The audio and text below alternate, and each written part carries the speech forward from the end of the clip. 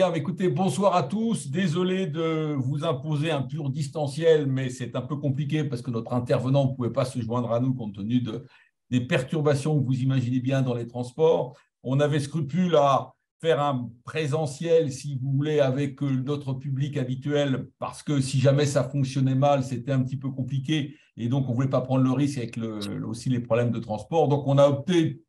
Ça nous rappelle effectivement les temps mi-heureux du Covid. Nous avons un pur distanciel en espérant nous retrouver donc pour un dernier mardi de la mer, je le dis tout de suite, qui sera le mardi 11 avril, je le préciserai, sur une thématique intéressante sur le fameux projet qui a été adopté à l'ONU. Donc, je pense qu'on en a beaucoup parlé dans les médias, mais on pourra peut-être avoir une grille de lecture un petit peu plus approfondie.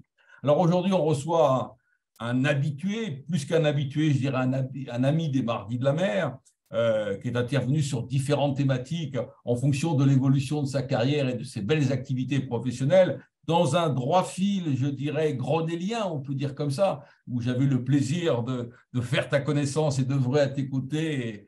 Et je pense qu'on en garde, tous les deux, je pense, un bon souvenir et je pense que les choses avancent quand même globalement dans le bon sens. Ça sera peut-être effectivement cette dernier mardi de la mer sur la négociation de BNJ. Voilà, mais écoute, aujourd'hui, tu vas nous parler, non pas en tant que président, mais en tant que numéro 2, puisque le président a quitté ses fonctions et je crois qu'un autre va être incessamment nommé, pour nous présenter d'abord cet institut qui est né, si mes souvenirs sont bons, dans les années 2019, qui vise à protéger la biodiversité. Alors pourquoi, ça je pense que beaucoup s'en doutent, mais surtout comment. Un grand merci d'être là, même si c'est en distanciel et un peu triste de ne pas t'avoir de visu. Souvent, nos orateurs sont assaillis par les étudiants en fin de séance, parfois pour trouver des stages, parfois pour avoir quelques questions complémentaires.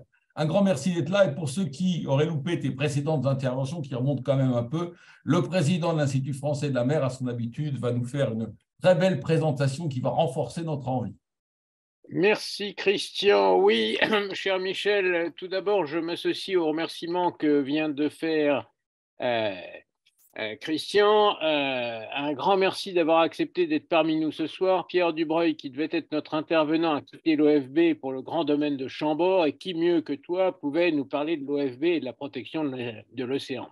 Tu es en effet un amoureux de la mer, un promoteur des activités marines durables et un expert de leur gestion et de leur administration. Après une licence en administration publique et une maîtrise de droit, tu rejoins le corps des administrateurs des affaires maritimes. Tu exerces dans les services déconcentrés de l'État à Lorient et à Marennes, puis tu rejoins des cabinets ministériels. Agriculture, mer, écologie. Parmi les dossiers que tu traites, je citerai, comme Christian vient de le faire, le lancement et le suivi du Grenelle de la mer, mais aussi la création de l'ENSEM, la négociation du paquet Erika 3 et aussi la gestion des crises variées dans le domaine de la pêche. Au milieu de ces parcours ministériels, tu as dirigé l'Office national interprofessionnel des produits de la mer et de l'aquaculture. Tu en as préfiguré la fusion avec France Agrimer. Tu es ensuite directeur adjoint du Conservatoire du littoral, chargé du plan national de gestion patrimoniale des sites, du fonctionnement de l'établissement et de la révision de la stratégie d'intervention à l'horizon 2050. Et puis, de 2015 à 2020, tu es directeur de la mer en Martinique. Tu y gères un quotidien compliqué. Tu réorganises cette direction. Tu installes le Conseil maritime du bassin des Antilles. Tu crées et installes le parc naturel marin de Martinique. Et puis, depuis 3 ans, tu es délégué mer et littoral de l'Office français de la biodiversité dans des fonctions transverses que je te laisse le soin de nous présenter. Merci à toi d'être là, Michel.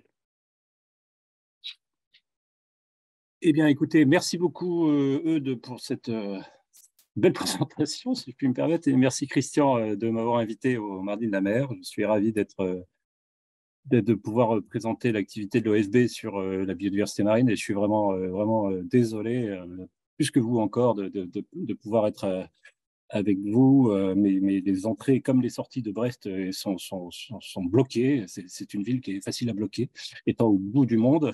Voilà, donc c'est difficile effectivement dans ces conditions d'être parmi vous. Mais je précise quand même, Christian, que je suis prêt à répondre à toutes les questions, évidemment, qui se poseront, et pourquoi pas à recevoir les demandes de stage si d'aventure il y en a. Et je suis toujours ravi de recevoir les stagiaires à l'office, et en particulier parce qu'il faut que ce soit intéressant dans les parcs naturels marins, qui sont quand même, c'est quand même là où on apprend le plus de choses, de mon point de vue. Mais j'y reviendrai. Merci d'avoir choisi ce thème sur la biodiversité marine. Tu l'as introduit, Christian, pourquoi, mais j'y reviendrai quand même un petit peu sur le pourquoi, parce que ce n'est pas si simple que ça, et on voit que c'est en train d'évoluer un petit peu. Le comment, évidemment, c'est la question un peu que tout le monde se pose, parce que, évidemment, en protégeant, bah, on est toujours dans un équilibre un peu subtil, hein, on est toujours sur une ligne de crête qui est difficile à trouver, avec notamment les acteurs du monde maritime, hein, qui développent une activité maritime, évidemment. Et puis, d'où un peu la problématique, finalement, hein, concilier protection et développement. Et j'espère que vous comprendrez à la fin de cet exposé qu'il faut probablement arrêter d'opposer, hein, finalement, la protection et le développement, et que tout ça n'est que deux faces d'une même pièce. Alors, le pourquoi. Le pourquoi, ben, ça, c'était un peu le Grenelle de la mer, hein, Christian.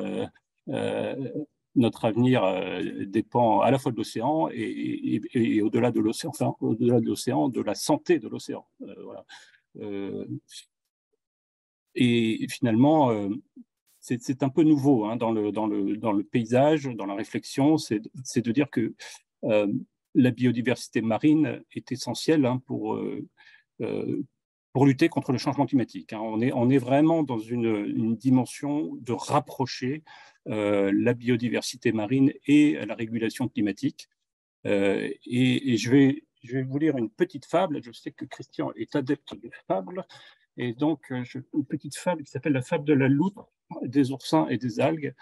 Vous la connaissez peut-être, mais je vais vous la redire. Vous connaissez les loutres marines, c'est le plus petit mammifère marin. Et contrairement à d'autres mammifères, elle a très peu de couches graisseuses pour se protéger du froid, si bien qu'elle est obligée, évidemment, pour y faire face, elle mange à peu près un quart de son poids tous les jours. Un quart de son poids tous les jours, essayez de le faire pour voir, ça va être compliqué.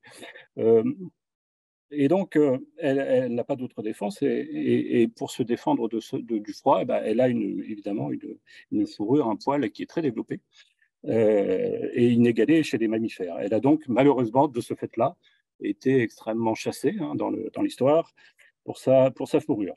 Et elle est passée d'ailleurs proche de l'extinction à un certain moment donné, notamment, je parle de l'Amérique du Nord en particulier. Et si bien que vous la voyez là sur ma petite photo, là, qui fait le dos avec des oursins, que se passe-t-il si la loutre disparaissait? Eh bien, si la loutre disparaissait, on aurait un véritable problème, parce que le principal aliment de la loutre marine, c'est l'oursin. Et l'oursin, lui, mange des algues. Et donc, chasser la loutre marine, vous voyez où je veux en venir, c'est faire proliférer les oursins, et donc indirectement détruire ce qu'on appelle le kelp, hein, les algues, cette grande forêt d'algues, qui ont un rôle majeur dans le stockage du carbone. Et donc, ça a exactement finalement le même impact que la déforestation en Amazonie. Alors, on n'y pense pas immédiatement, mais ou dans le bassin du Congo. Et c'est donc sous l'eau, et comme ce qui est souvent sous l'eau, ça ne se voit pas. Et alors, en Colombie-Britannique, puisque je vous parlais d'Amérique du Nord, hein, on a réintroduit avec un certain succès cette loutre marine qui n'est pas passée loin de l'extinction, comme je le disais tout à l'heure, et on estime aujourd'hui que 15% des émissions, 15% des émissions de la province de la Colombie-Britannique, donc, étaient liées à l'usage des énergies fossiles, sont absorbées, 15% des émissions sont absorbées et stockées grâce à cette réintroduction de la loutre, et indirectement, évidemment, vous l'avez compris, par le fait que les algues ont repoussé et ont retrouvé leur état originel. Donc la protection de la biodiversité marine, vous le voyez, doit être vraiment incluse dans nos réflexions sur la neutralité climatique, la neutralité carbone. Ça, c'est essentiel. Voilà cette petite fable, j'espère qu'elle vous a plu, de la loutre, des oursins et des algues. Et je sais que vous saurez la ressortir dans vos dîners en ville. Bon, mais tout ça, je vous dis ça parce que assez récemment, la Commission européenne a pris une communication qui fait beaucoup débat aujourd'hui, hein, puisque les pêcheurs manifestent en particulier à cause de ça, sur l'idée qu'il fallait interdire le chalutage dans les aires marines protégées, hein, les engins de fond. Et la communication de la Commission, si vous avez la curiosité d'aller la voir, nous indique que certes, c'est pour des raisons liées à la protection, j'ai envie de dire, des habitats marins qui sont abîmés par le fait même de tracter un engin, l'abrasion finalement, mais elle argumente aussi en disant que, et en s'appuyant sur des études scientifiques très sérieuses, hein, qui nous dit que le fait même de chaluter libère des gaz à effet de serre, hein, voilà, qui étaient stockés dans le sédiment marin et qui avaient l'habitude d'y être emprisonnés définitivement. Et ça, c'est un argument qui est assez nouveau, hein, de restreindre finalement une activité de pêche en se référant aux objectifs climatiques, en fait, hein, qui nous préoccupent tous, hein, puisque vous savez très bien que suite à l'accord de Paris, hein, le gouvernement français s'est engagé, comme beaucoup d'autres États, à essayer de limiter l'évolution de la température à plus 1,5 degré, ce qui est très compliqué, évidemment. Pourquoi bon, c'était très compliqué et on y va directement, hein, au changement climatique. On sait déjà que la température de l'eau augmente, on sait déjà que les glaciers fondent, évidemment, on le voit tous les jours. Et ce changement climatique, vous ne le savez peut-être pas, mais l'océan absorbe à peu près 30% de nos émissions carbone, ce qui est phénoménal, enfin, ce qui est énormément. Et le fait d'abîmer ou de menacer la biodiversité marine restreint la capacité même de l'océan à absorber ce CO2. Donc vous voyez que c'est un cercle un peu infernal, où dès lors que, et sans parler évidemment du phénomène qui accompagne ce changement climatique, hein, d'acidification des océans et donc de destruction au passage d'une bonne partie de la biodiversité marine qui se construit autour d'un squelette, hein, calcaire, tous les coquillages, etc. Voilà. Et face à ce changement climatique, à ces évolutions assez rapides, comment la biodiversité, comment les animaux, comment les végétaux, comment peuvent résister? C'est une question qu'on se pose, hein, que les scientifiques se posent. Et la réponse aujourd'hui qu'ils nous donnent, c'est que la seule façon, finalement, la seule arme que la biodiversité a pour résister aux effets du changement climatique, c'est finalement d'être en bon état, d'être en bonne santé. On ne peut pas faire grand-chose, l'océan étant totalement ouvert, pas faire grand-chose pour les protéger et les mettre sous cloche, hein, ces animaux et ces végétaux marins. Donc la seule façon finalement qu'ils ont à s'adapter, un peu comme nous d'ailleurs, hein, à s'adapter à des changements très rapides du climat, c'est d'être en bonne santé. Si vous êtes déjà dans un état un peu fatigué ou un peu dégradé, bah, vous risquez malheureusement de subir de plein fouet les effets du changement climatique. Donc vous voyez un peu cette prégnance aujourd'hui des sujets climatiques, y compris sur des sujets de biodiversité. Évidemment, la biodiversité, l'océan, c'est un réservoir de biodiversité. C'est d'ailleurs le réservoir le plus important de notre planète. On estime que 99% du volume de vie qui accueille la vie sur notre planète, c'est l'océan. Donc, vous voyez l'importance de le maintenir en bon état. Et c'est un volume d'eau, hein, un volume d'eau salée, évidemment, alimenté par ce qu'on appelle le grand cycle de l'eau, c'est-à-dire par les fleuves et puis par le cycle climatique. Et évidemment, cette eau doit être de bonne qualité pour pouvoir accueillir la vie et faire en sorte que cette vie ne soit pas menacée par des pollutions. Évidemment, Christian Puchet, tu connais bien ce sujet, hein, des pollutions, et avec des études de plus en plus poussées sur les effets finalement de l'eau polluée, enfin des pollutions sur le comportement et sur tout simplement la santé de la biodiversité, hein, la santé des animaux marins, la santé des végétaux, en montrant, et on n'a pas tout découvert encore, que, évidemment, par exemple, le plastique, on sait maintenant que le plastique, évidemment, a un effet dévastateur sur un certain nombre d'organismes animaux, mais aussi humains. Il y a une étude récente qui vient de sortir sur le sujet, et c'est pour ça que vous voyez sur ma diapo, je dis aussi que notre santé à nous-mêmes dépend largement de la santé des océans, de la bonne santé des océans. On peut se référer tout simplement, sans parler du bienfait qu'apporte évidemment la thalassothérapie, mais à un certain nombre d'aménités, c'est-à-dire finalement des consommations de services gratuits que nous offre l'océan, et ces petits suppléments d'âme, hein, qui sont liés à l'observation de l'océan, à la contemplation même de l'océan, j'ai envie de dire, tous les services qui rendent aussi en matière de récréatif, évidemment, hein. L'activité récréative est très importante en mer et sportive aussi, à quelques mois maintenant des Jeux Olympiques qu'accueillera les épreuves sportives de voile à Marseille. Je change de diapo. Donc, notre avenir dépend de la bonne santé de l'océan. Mais ce qui dépend aussi de la bonne santé de l'océan, c'est nos activités économiques, qui sont évidemment essentielles, hein, à tout à chacun, pour pouvoir, et en particulier à énormément d'activités. La Commission européenne, dans le cadre de la directive 4 stratégie pour le milieu marin, identifie à peu près 23 activités, enfin pas à peu près, mais 23 activités hein, qui se tiennent en mer, et avec un certain nombre d'usages qui progressent. Par exemple, vous voyez sur ma diapo de droite, évidemment, c'est ce qui peut pas être en France d'ailleurs, mais on accueille maintenant, on a accueilli l'année dernière hein, le premier parc éolien au large de Saint-Nazaire. D'autres sont prévus pour cette année. Donc vous voyez bien que les activités se développent en mer. Un certain nombre évidemment d'activités portuaires, d'activités de pêche, d'activités de service. Enfin, tout ça, c'est une activité qui est très dynamique. Et j'imagine que vous en avez déjà beaucoup parlé lors de précédentes conférences. Il y a peut-être un petit changement là aussi de vision, c'est que souvent on considère l'océan finalement comme là aussi comme un réservoir, c'est-à-dire un grand sac, si je puis me permettre cette expression, où on puise des ressources. Et puis on puise, et puis jusqu'à ce qu'on comprenne que le sac est vide en quelque sorte, on ne peut plus puiser des ressources.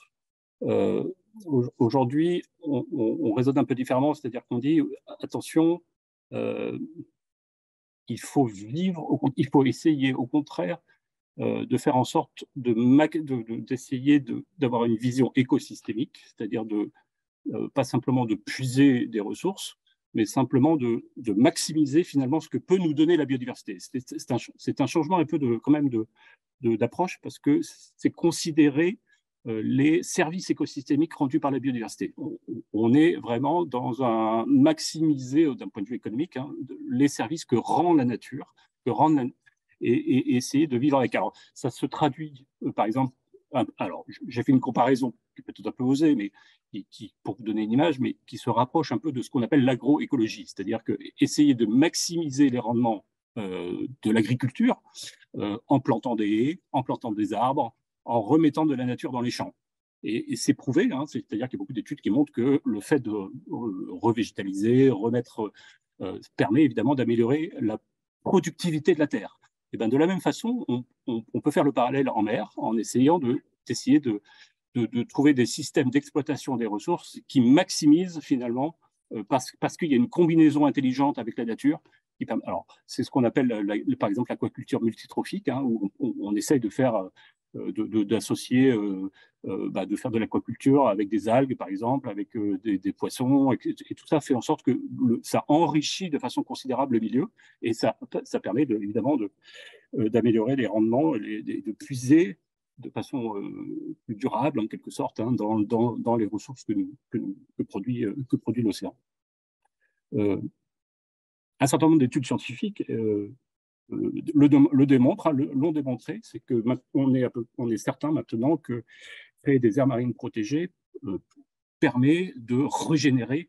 Hein, il y a des études qui le prouvent de façon très pertinente, en particulier sur les mérous, par exemple, ou des choses comme ça en Méditerranée, qui permet de régénérer complètement une ressource et de ce fait, même si vous interdisez la pêche à l'intérieur de l'aire marine protégée, vous avez un bénéfice, hein, aux alentours de cette aire marine protégée, parce qu'il y a un phénomène finalement où les espèces évidemment sortent au bout d'un moment, sortent de leur aire marine en question, et voilà. Et donc vous voyez que le bénéfice aussi de la protection peut être intéressant évidemment pour les activités qui puisent dans cette ressource.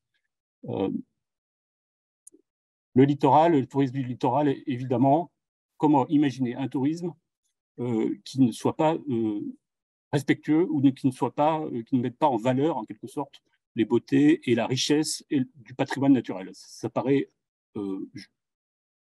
ces paquebots, par exemple, qui arrivent en plein cœur de ville, dans des ports industriels,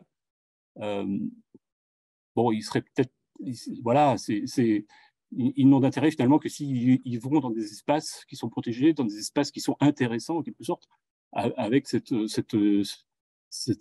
attractivité évidemment des espaces naturels. De la même façon, on ne peut pas imaginer, alors ça pose une difficulté effectivement, mais le tourisme est un peu victime de son succès, en quelque sorte, hein, puisque, évidemment, les sites naturels, je l'ai bien connu quand j'étais au Conservatoire du Littoral, hein, et bien évidemment, attirent de plus en plus de monde. Donc, il faut trouver les bonnes régulations et les bonnes fréquentations pour que, évidemment, le côté attractif, finalement, du littoral soit préservé. Notre vie dépend du bon état de l'océan, nos activités aussi en dépendent. Alors, il y a quand même une limite à tout ça, c'est que la limite, c'est les limites planétaires. Alors, vous connaissez sans doute cette théorie du donut, vous voyez cette espèce de figure-là qui apparaît sur notre droite, où vous avez finalement, l'idée, c'est qu'on doit pouvoir évidemment répondre à des besoins, répondre aux besoins des populations, hein, vous voyez les besoins en eau, en nourriture, en santé, etc. Des besoins aussi sociétaux, hein, comme l'égalité des genres, de l'équité sociale, etc. Tout ça, c'est un peu le minimum qui permet d'avoir une société qui fonctionne et qui est relativement équilibrée. Et puis, vous avez la limite haute, le plafond environnemental, qu'il ne faut en quelque sorte pas dépasser, comme tous les plafonds, évidemment. Et là, avec un certain nombre de limites planétaires, hein, qui ont été définies par l'ONU. Et dans ces limites planétaires, vous voyez qu'il y en a certaines qui intéressent l'océan, en particulier l'acidification des océans. Alors, je ne sais pas où elle est, je crois qu'elle est en bas. Et avec l'idée qu'on peut exploiter, on peut avoir une activité en mer et dans l'océan, si et seulement si, en quelque sorte, hein, elle n'a pas pour effet de dépasser ce plafond. Voilà. Alors, évidemment, ce n'est pas si simple, c'est plus facile à dire qu'à faire, et de mesurer finalement à quel moment on dépasse la limite planétaire, mais en tout cas, il est admis maintenant, hein, que dans les différentes pressions qui portent sur l'océan, il y a 5 pressions, hein, qui ont été identifiées par la plateforme intergouvernementale sur la biodiversité et les services écosystémiques, hein, qu'on appelle en anglais IPBES, l'équivalent du GIEC pour le climat, hein, donc le GIEC de la biodiversité, si je puis me permettre, qui a identifié 5 menaces directes sur l'océan. Sur la biodiversité, la surexploitation des ressources, essentiellement par l'activité de pêche, l'artificialisation et le changement d'usage des mers, et des éoliennes en mer, par exemple, les sujets de pollution, la pollution, toutes les pollutions, parce qu'il y a énormément de pollution possible, malheureusement, les effets du changement climatique, et puis les espèces invasives, hein, qui sont souvent transportées, vous le savez, par les eaux de ballast. Et ben, les scientifiques nous disent qu'à l'horizon 2030, là, je vous les ai cités par l'ordre actuel, en quelque sorte d'importance, si on peut le dire comme ça, mais les scientifiques nous disent qu'en 2030, les effets qui seront les plus forts, la cause qui sera la plus forte et le risque le plus fort sur la biodiversité, ce seront les effets du changement climatique.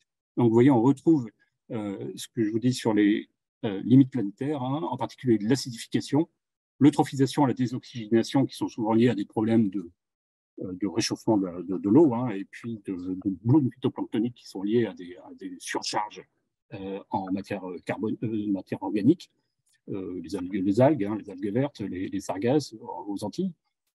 Et puis, voilà. Donc, je trouve que ce schéma est bien représentatif. Il faut évidemment, même s'il décrit finalement cette ligne de crête, hein, sur laquelle on marche entre la protection et l'équilibre, mais globalement, essayer, grâce à une optimisation de la biodiversité, finalement, de répondre à nos besoins primordiaux, tout en ayant conscience finalement d'une certaine rareté, hein. La mer n'est plus ce réservoir inépuisable de ressources, surtout à l'échelle de 8 milliards d'hommes qui bientôt sur notre planète. Il faut pourvoir ces besoins dans des limites. Ces limites sont des limites planétaires. Vous voyez sur les images, hein, le blanchissement des coraux, évidemment. On estime qu'on a perdu depuis les années 50 à peu près 50% des coraux, hein, ce qui est quand même phénoménal. Hein, voilà. Et puis évidemment, cette image qui est toujours un peu choc de ce pauvre ours maritimus sur son glaçon. Et bien malgré tout ça, c'est ce que je mets en conclusion de cette diapo, on est toujours dans un débat sur le niveau de protection, hein, car évidemment, C'est pour ça, Christian, que le pourquoi n'est pas neutre, néanmoins. Hein, pourquoi protéger la biodiversité? On est toujours maintenant dans un débat, bon, ok, on peut prendre conscience, c'est toujours un peu lointain, c'est peut-être un peu moins perceptible que les changements climatiques, ce n'est pas la tempête qui vous arrive dessus ou l'érosion de la plage, mais c'est l'érosion de la biodiversité. On sait qu'il faut faire quelque chose, on sait qu'on en dépend, que nos activités en dépendent, en particulier quand on est pêcheur, aquaculteur ou professionnel du tourisme, mais on débat quand même sur le niveau de protection. Est-ce qu'il faut protéger plus ou moins? Et sachant que la difficulté, bien entendu, vous l'avez compris, c'est que le niveau de protection, plus vous protégez, évidemment, plus vous avez un impact aussi à court terme sur l'activité économique et sociale. Et donc, c'est une question d'acceptabilité, finalement, de la contrainte qui se pose à nos sociétés. Alors, vous allez me dire, mais quelle est la situation actuelle? Alors, il y a des assessments, il y a des évaluations globales qui sont faites au niveau mondial. Elle a été faite il y a très longtemps. Elle est en cours de révision. Et au niveau européen, il y a aussi des évaluations qui seront faites au titre de la directive cadre stratégie pour les milieux marins.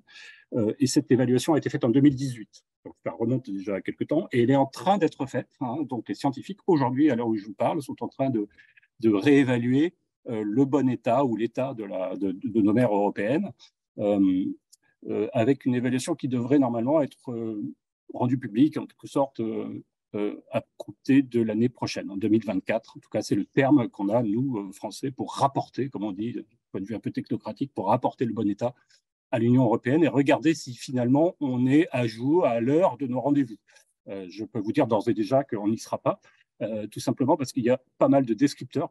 Pour arriver à évaluer le bon état, on s'appuie sur des descripteurs qui sont prévus par exemple, les compter des dauphins, des espèces un peu sentinelles, on appelle ça. Hein, c'est savoir parce que si vous trouvez des dauphins ou si vous trouvez des baleines, ben, ça veut dire que derrière, l'ensemble de la chaîne trophique est dans bon ou mauvais état, etc. Enfin, vous comprenez ce que je veux dire. Et donc, malheureusement, dans l'état de la science aujourd'hui, on a encore beaucoup de descripteurs qui ne sont pas renseignés, où on n'a pas suffisamment de données, on n'a pas suffisamment de connaissances pour établir un bon état.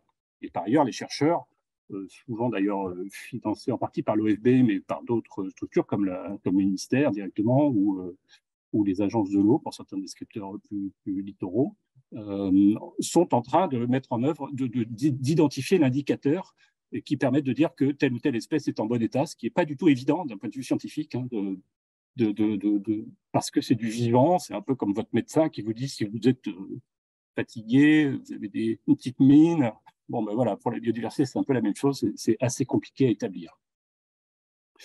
En tout cas, l'évaluation de 2018 a montré qu'on était en mauvais état sur la plupart des descripteurs, hein, et sauf ceux, évidemment, qui ne sont pas renseignés, donc pour lesquels il y a on est en gris, en quelque sorte, on ne sait pas trop. Voilà. Mais enfin, l'IPBES, quand même, cette fameuse plateforme à deux scientifiques, qui fait un peu la compilation de toutes les publications mondiales, hein, nous dit quand même qu'on est en mauvais état. Par exemple, vous connaissez sans doute ce chiffre, hein, que 66% des mers au niveau mondial sont sévèrement altérées. C'est-à-dire qu'il y a, en creux, hein, il y a 34% qui sont encore en bon état, mais 66% des mers sont sévèrement altérées. Peut-être les grands fonds marins, sous-marins sont encore assez préservés, avec tout le débat qu'on a aujourd'hui, hein, sur les fameux moratoires sur l'exploitation des grands fonds, des minerais. Enfin, vous voyez que globalement, l'empreinte humaine se trouve un peu partout, y compris en haute mer, hein, et d'où l'intérêt, Christian, d'ailleurs, de réguler aussi la haute mer au travers de cette nouvelle convention WBNG qui vient d'être adoptée. Et c'est intéressant ce que tu as dit sur le Grenelle, parce que, rappelle-toi, c'est une des préconisations qu'on avait sorties du Grenelle, donc, qui est venu de la France, qui a été portée d'ailleurs par le président de la République lors de l'accord en 2016. 50% de la surface des récifs, hein, je vous en ai parlé, les récifs coralliens ont disparu depuis les années 70, c'est pas les années 50, c'est les années 70, donc c'est encore plus rapide. Donc, vous voyez, il y a quand même des situations qui sont très... et on sait qu'il y a des espèces qui disparaissent. Tout ça, ça se traduit, de mauvais état écologique, hein, ça se traduit évidemment par des coûts socio-économiques et des coûts de dégradation. Qu'est-ce que c'est que ça? Le coût de la dégradation, là aussi, c'est dans le vocabulaire de la directive cadre. C'est finalement les coûts générés par tous les efforts de protection et de gestion qui sont réalisés par les États. C'est-à-dire que pour préserver la biodiversité, vous êtes obligé, entre guillemets, de mettre en place, par exemple, des services de police, vous êtes obligé de mettre en place des services de gestion, de régulation, des services de restauration dans certains cas. D'ailleurs, la Commission européenne travaille en ce moment avec le Parlement et les États, évidemment, sur un projet de règlement de restauration de la biodiversité marine, de restauration de la biodiversité terrestre et marine, pour être exact, avec une partie marine, qui nous pose un certain nombre de difficultés. Et la Commission a estimé le coût nécessaire de cette restauration à 100 milliards d'euros, pour jusqu'à l'année 2030. Donc, vous voyez la mobilisation des crédits que ça entraîne pour la restauration. Donc, évidemment, tout ce qu'on détruit génère évidemment une perte, et souvent, alors, quand elle est compensée, des coûts sociaux, finalement, socio-économiques. Sans parler évidemment des pertes de fonctionnalité, de ces fameux services écosystémiques dont je vous parlais. On sait aujourd'hui, par exemple, qu'on a atteint depuis quelques années déjà le pic de production, ou le pic de consommation, ça revient un peu au même, mais le pic de production des halieutiques. Aujourd'hui, la capacité de pêche, l'intensité de pêche a énormément progressé avec des techniques de pêche qui sont de plus en plus sophistiquées, et pour autant, la production par les navires de pêche stagne, voire diminue, ce qui montre bien, un peu à l'image d'autres ressources, par exemple le pétrole, que voilà, on arrive dans un système qui arrive un peu à son terme. Face à ça, les pouvoirs publics, enfin de manière générale, on estime qu'il y a 3 réponses possibles. La première réponse, c'est de gérer durablement les ressources, c'est-à-dire mettre en place un système de régulation, puisqu'on sait que les ressources vivantes se régénèrent par principe. C'est-à-dire que vous pouvez en puiser un petit peu dans le stock, c'est le terme employé par les halieutes. En principe, ce stock se régénère. La question porte évidemment sur le niveau du stock. Et aujourd'hui, vous avez vu les derniers chiffres sortis par l'Ifremer, qui estiment qu'il y a encore, au niveau européen, 40% des stocks qui sont en surexploitation, c'est-à-dire que la quantité prélevée est trop importante pour assurer la régénération de ces stocks. Avec un objectif d'ailleurs fixé par la stratégie nationale de la biodiversité, qui vient d'être adoptée l'année dernière, et qui prévoit que l'ensemble des stocks halieutiques, enfin des populations donc pêchées, soit au rendement maximum durable, c'est le terme employé pour dire au meilleur rendement, le stock qui permet un quota de pêche qui permet la régénération du stock, qu'on soit au 100% du RMD à l'horizon 2030. Aujourd'hui, on est encore une fois à 40% de stock surexploité. Et puis, c'est ce que je mettais dans la petite diapo, on doit aller vers une pêche écosystémique. Non seulement on doit être au stock qui permet la régénération, le RMD, mais on doit aller au-delà, c'est-à-dire qu'on doit encore aller plus loin, c'est-à-dire en laisser une petite part supplémentaire pour la nature. C'est-à-dire qu'aujourd'hui, on calcule le RMD en disant c'est l'optimum pour le stock considéré, mais on ne le considère pas dans son écosystème général. Et en particulier, on sous-estime souvent, par exemple sur des espèces fourrages, la capacité il faut en laisser aussi pour les prédateurs supérieurs qui ne sont pas humains, mais que sont les mammifères, les grands mammifères marins, par exemple, ou les oiseaux. Donc, aller vers cette pêche écosystémique, ça veut dire encore aller vers une réduction de notre effort de pêche, en quelque sorte. Ça, je ne vais pas vous le développer parce que c'est surtout lié à l'efficacité de nos politiques de pêche. Et donc, d'autres organismes s'en chargent, en particulier l'organisme scientifique, enfin l'organisme public en appui aux politiques publiques sur ce sujet, c'est bien entendu l'Ifremer. Mais d'autres aussi, l'IRD ou le Muséum d'histoire naturelle pour la Légigue australe, par exemple. Enfin, voilà, il y a plusieurs établissements qui sont chargés de conseiller le gouvernement sur précisément ce niveau de capture qui est raisonnable ou acceptable, en tout cas qui permet de sauver la ressource en question. Le deuxième impératif ou le deuxième moyen, c'est de réduire les pressions.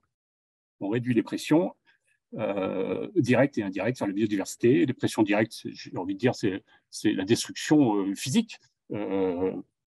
Voilà, Et la pression indirecte, c'est toutes les pollutions, les effets du changement climatique, bien entendu, voilà, et la décarbonation, évidemment, de notre activité.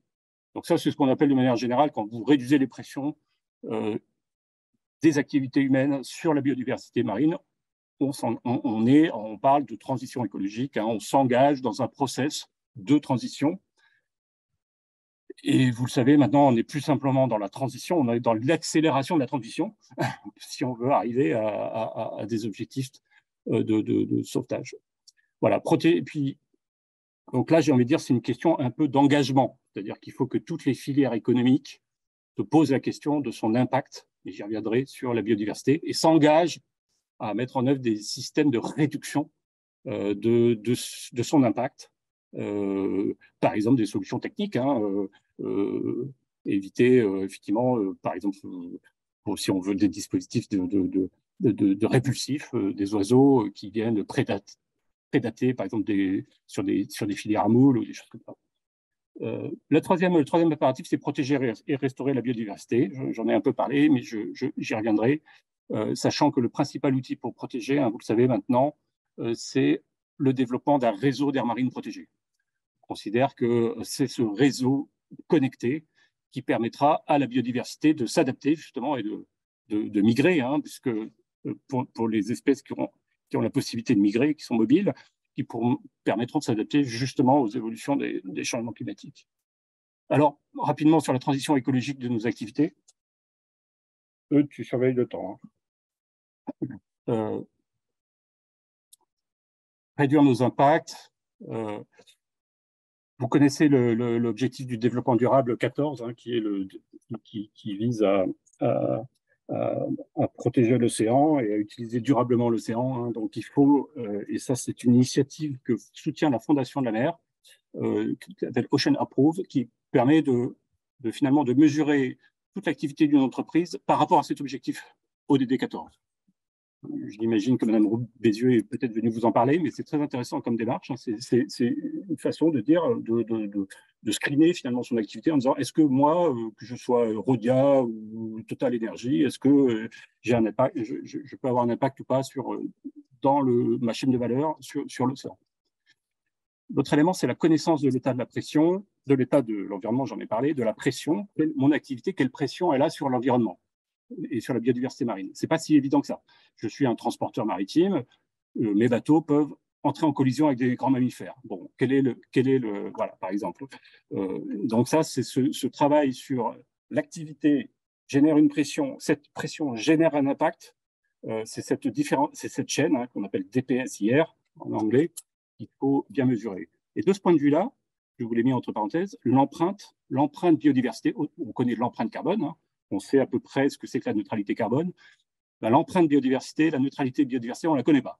Et là, il y a un travail de recherche, hein, à faire, et on est en train d'y travailler avec le cluster maritime français, avec l'association Respect l'Océan aussi, à essayer de travailler avec les entreprises sur ces chaînes de valeur et regarder à quel moment il peut y avoir une interaction avec la négative, évidemment, avec la biodiversité. La réduction, je vous en parlais, hein, il faut que chaque filière s'engage à mettre en place des dispositifs d'éviction pour éviter d'abord, réduire et puis évidemment décarboner son activité. Je vous le redis, hein, les effets du changement climatique seront à l'horizon 2030, l'impact le plus fort finalement sur la biodiversité. En droit, on appelle ça la séquence ERC, éviter, réduire, compenser. Quand vous avez une activité qui est soumise à autorisation au titre du Code de l'environnement, la première des choses que vous devez démontrer, c'est que vous n'avez pas d'autre solution. Vous devez être là, les éoliennes, elles vont se mettre là parce qu'il y a du vent, parce que la profondeur est la bonne, parce que le raccordement est facile, que sais-je, mais vous devez démontrer vous avez étudié d'autres solutions. Vous devez étudier aussi que dans votre système de gestion, vous avez, par exemple, quand c'est la migration des oiseaux, que vous avez mis en place un système qui permet d'éviter les collisions. Ça, c'est la réduction. Et puis, si d'aventure, il vous reste encore un impact, vous devez compenser. Et c'est là que c'est très compliqué parce qu'en mer, la compensation est très complexe. Autant à terre, vous replantez des forêts et puis vous garantissez un droit réel sur la forêt pour éviter ceci, cela. En mer, la compensation, on ne sait pas encore faire. Alors, il y a beaucoup de travail là-dessus, on essaie de regarder comment on peut. Bon, mais globalement, la seule compensation possible, finalement, c'est d'arrêter l'usage. C'est de restreindre une activité en disant, bon, ben, on gèle une activité, on gèle un espace de mer, un espace marin, et on dit, ben voilà, ça sera compensé. L'action positive, entre guillemets, active, on va replanter des algues, on va remettre des poissons, tout ça, ça n'existe pas en mer. Donc, voilà, c'est une compensation qui est assez passive, finalement. Et puis évidemment, la réponse à tout ça, c'est quand même qu'il faut investir. Il faudra investir pour la protection de la biodiversité, il faudra investir dans les aires marines protégées, il faudra investir dans l'éco-conception des infrastructures pour que ces infrastructures soient accueillantes en quelque sorte pour la biodiversité. Et il faudra investir dans des solutions fondées sur la nature, en particulier sur le littoral, pour éviter des solutions qui soient trop impactantes. Et bien sûr, vous voyez sur ces diapos, la sensibilisation. On peut mettre des mouillages écologiques, on peut faire tout un tas de trucs un peu matériels, mais il y a l'aspect aussi mobilisation citoyenne, mobilisation des acteurs, et en particulier des enfants. À l'OFB, on utilise un outil qui est très puissant, qui s'appelle les aires marines éducatives. Essayez de vous renseigner près de chez vous, si vous habitez au bord de la mer. Ce sont finalement des bouts de plage ou des bouts d'espaces marins, des estuaires, des choses comme ça, qui sont confiés à la gestion des enfants de classe et qui, avec un projet pédagogique qui dit bah, voilà, vous avez la gestion de cet espace. Et donc les enfants se posent tout un tas de questions, interrogent des scientifiques et durant 1 ou 2 ans suivent comme ça l'évolution de leur plage et ils apprennent plein de choses et je pense que c'est très marquant pour le restant de leur vie. Navenco, la fiche que vous avez sur votre gauche, c'est une application qui permet aux navigateurs de savoir finalement quel est le régime juridique qui s'applique dans l'espace qu'ils traversent. Parce que bien souvent, même si on est censé ignorer la loi, eh bien souvent, on ne sait pas quel est le régime qui s'applique.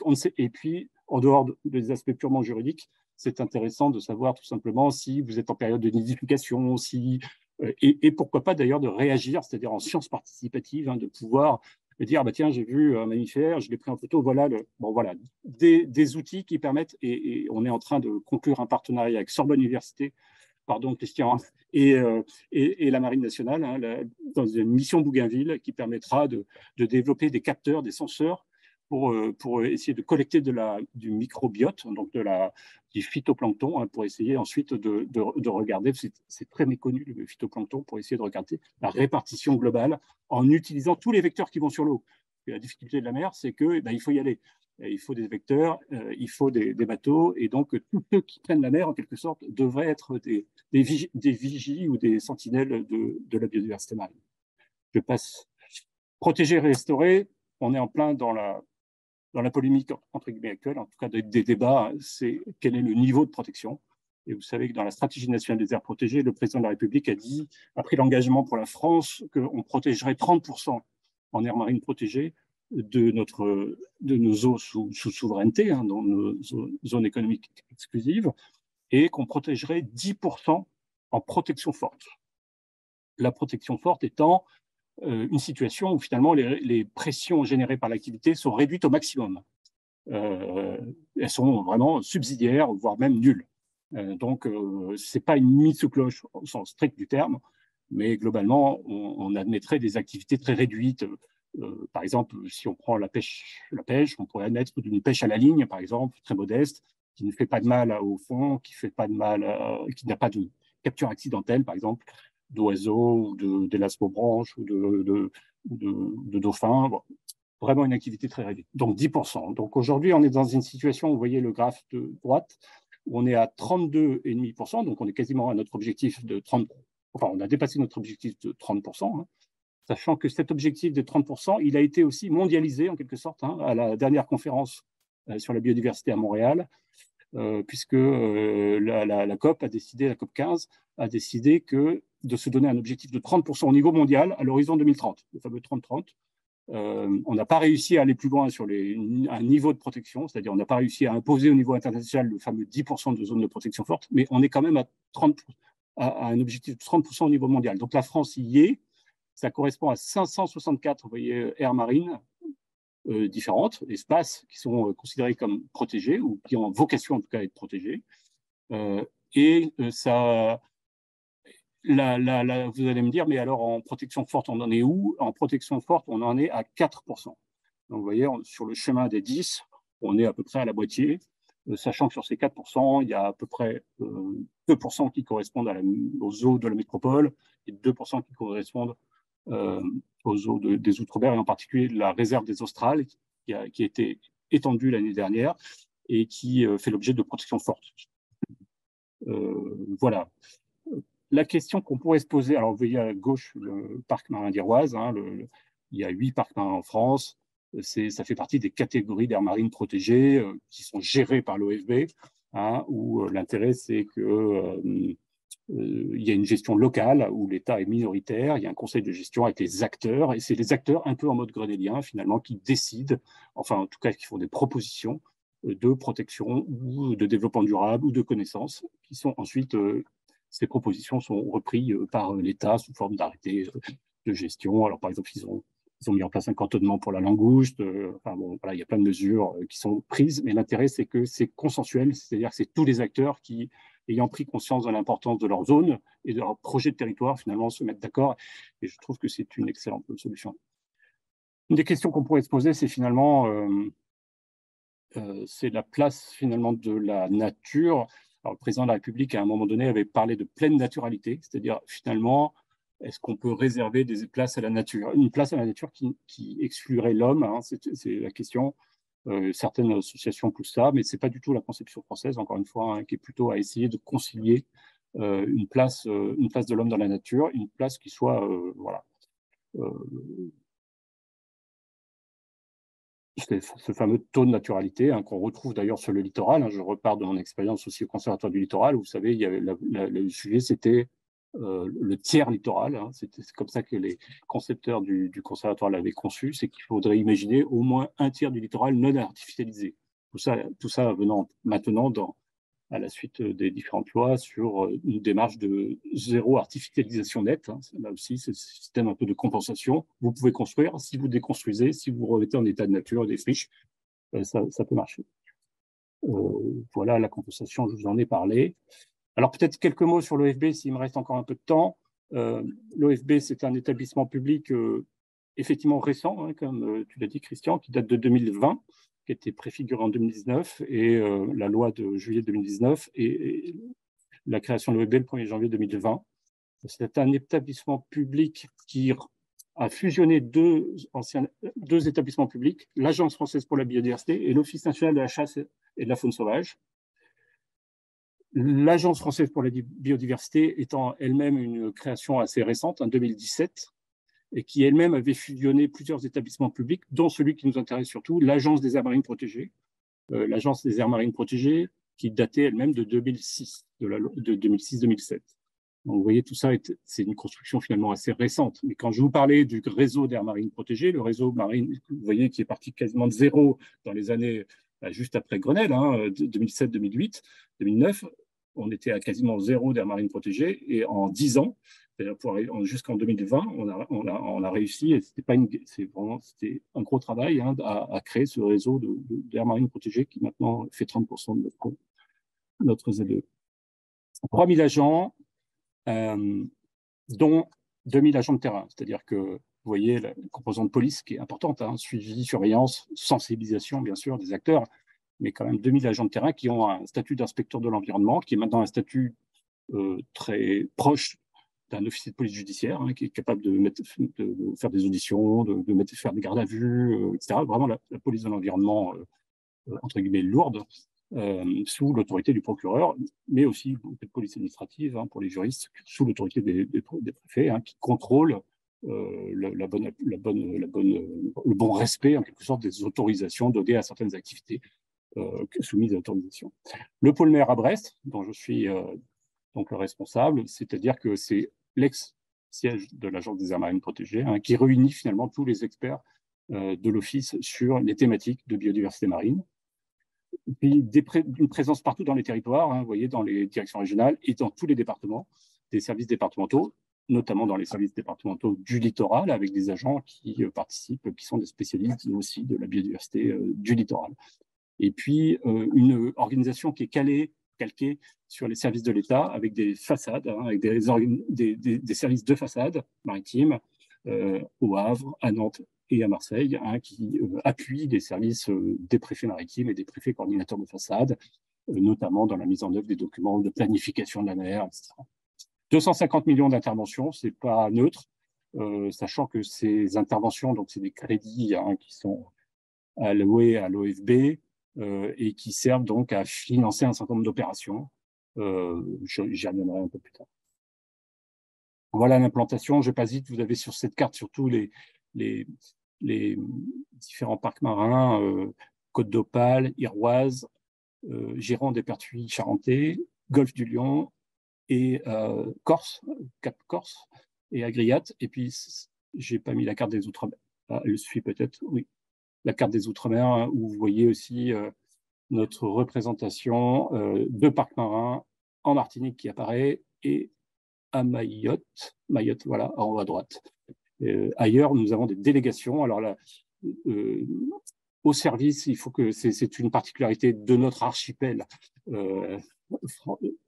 maritime, mais qui dans les collectivités du Pacifique, c'est les collectivités, les gouvernements du Pacifique qui sont compétents et donc qui font appel à l'OFB en appui, hein, pour la réalisation d'un certain nombre de choses. Par exemple, dans le Pacifique, on est en train de mener une étude très intéressante sur la caractérisation des monts sous-marins, des objets très particuliers où il y a une biodiversité extraordinaire. Et puis, on aide le gouvernement du Pacifique, hein, de la Polynésie à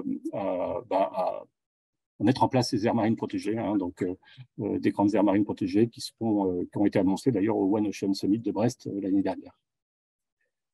Nos grandes missions sur la mer, des sujets de connaissance et d'expertise. Voilà, ce que je vous disais tout à l'heure, essayer d'améliorer cette connaissance du milieu et du fonctionnement et surtout des pressions. Hein, quelles sont les pressions, comment on peut agir sur ces pressions. On n'est pas là, on n'est pas un organisme de recherche au sens académique du terme, hein, c'est pas l'IFREMER, c'est pas le CNRS, etc. On est là surtout pour essayer d'orienter finalement la recherche via des moyens d'intervention, avec des appels à projets, des choses comme ça, pour faire en sorte que les chercheurs s'intéressent à nos sujets et nous donnent des solutions pour la gestion. C'est vraiment ça, la gestion étant la protection, étant des mesures de régulation de l'activité, pour faire en sorte que toujours un peu la même logique, hein, pour que cette activité soit moins impactante, si vous me permettez ce terme, vis-à-vis des animaux et des végétaux marins. Et puis, l'assistance au ministère, hein, et aux préfets qui sont chargés de la protection et de la mise en œuvre des politiques publiques. Et il nous arrive évidemment de conseiller le gouvernement sur tel type de politique, tel type d'instrument, tel type d'outil fiscal, etc. serait le bon de notre point de vue. Il prend ou il ne prend pas. Par exemple, aujourd'hui, on travaille beaucoup sur la stratégie nationale mer et littoral, à la révision de cette stratégie pour lui dire peut-être que sur les sujets de biodiversité, voilà ce qu'on nous propose de faire, etc. On est très présent aussi à l'international, hein, j'en parlais tout à l'heure, mais par exemple, la direction internationale de l'OFB était à New York, hein, auprès du gouvernement et de l'Union européenne qui négociait sur le traité de protection de la biodiversité de haute mer. La gestion des aires marines protégées, je vous l'ai dit, donc l'OFB a reçu mandat, en quelque sorte, hein, de gérer 2 types d'aires marines protégées, enfin 3 exactement. Le premier, c'est les parcs naturels marins. Donc finalement, c'est l'office qui emploie, hein, les agents qui assurent l'équipe du parc, en quelque sorte, hein, qui assure la gestion du parc et la gestion au sens large, hein, suivi, développement durable, connaissance. Et l'autre grande catégorie d'aires marines, c'est les sites Natura 2000, où là, l'OFB aussi est mandaté, hein, pour aider l'État à la mise en place de ces sites Natura 2000, consiste à élaborer un document de gestion. C'est quoi les grands objectifs de protection et de conservation, et un document qui fixe aussi ce qu'on appelle un DOCOB, d'un point de vue technique, mais qui fixe des actions à mettre en œuvre pour assurer la conservation de l'habitat ou de l'espèce ou de l'oiseau qui fait l'objet de ce classement au titre de Natura 2000.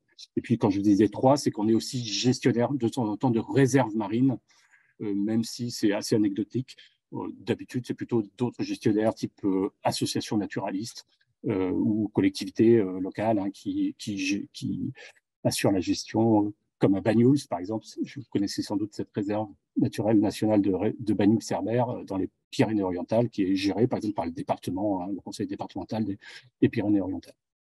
Faire respecter la réglementation, ça, c'est des sujets police, je vous en ai parlé, je passe à vite. L'accompagnement des acteurs, très important, c'est que l'OFB doit être à côté des filières qui s'engagent dans leur transition écologique dont je vous parlais tout à l'heure, c'est-à-dire essayer de trouver des solutions techniques pour essayer de réduire les impacts. Hein.